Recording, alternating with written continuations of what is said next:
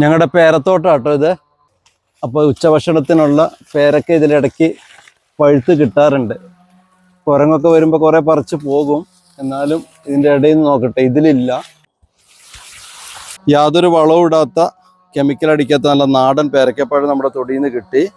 ഇനി മാങ്ങ കിട്ടുമോ നോക്കട്ടെ.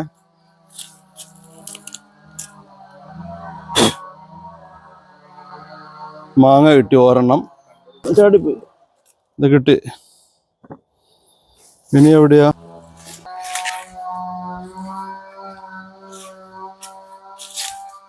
ാണ്. അപ്പൊ നമുക്കിന്ന് ഉച്ചഭക്ഷണം കഴിക്കാം.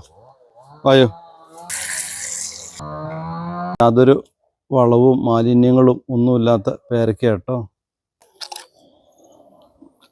ഒരു നേരം വയറ് നിറയ്ക്കാൻ കഴിക്കുന്നത് എന്തോ അതാണ് ആഹാരം. അത് പവിത്രമാവട്ടെ.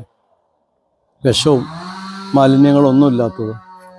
വലിയ അസുഖവും ഭാരങ്ങളൊന്നും ഇല്ലാതെ പോകുന്നതിൻ്റെ ഒരു കാരണം മാക്സിമം ഈ തോട്ടത്തിൽ നിന്ന് കിട്ടുന്ന മാലിന്യങ്ങളില്ലാത്ത, കെമിക്കലില്ലാത്ത ഫുഡ് കഴിക്കുന്നത് തന്നെയാണെന്ന് എനിക്ക് തോന്നുന്നു.